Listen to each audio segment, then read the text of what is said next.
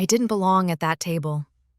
But I pulled out the empty chair anyway and sat down across from Dante Valenti.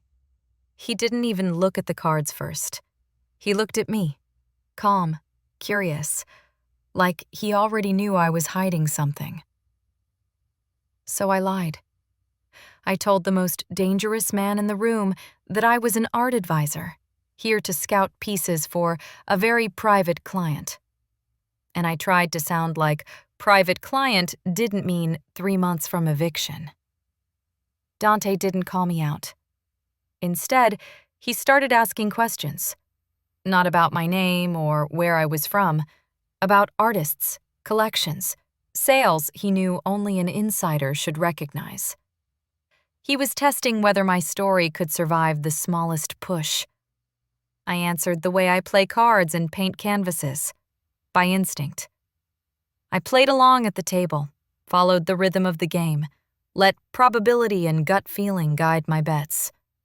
When the dealer turned the cards and pushed the chips toward me, even Dante's expression shifted just a little, like he hadn't decided yet whether I was lucky or dangerous.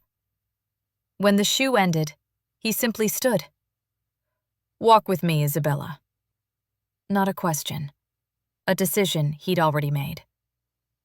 Away from the noise of the casino, down a quieter corridor, out onto a balcony with Monte Carlo glowing beneath us, I finally understood.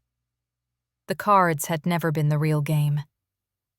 He leaned on the railing, hands in his pockets, and studied me like one more asset on a balance sheet.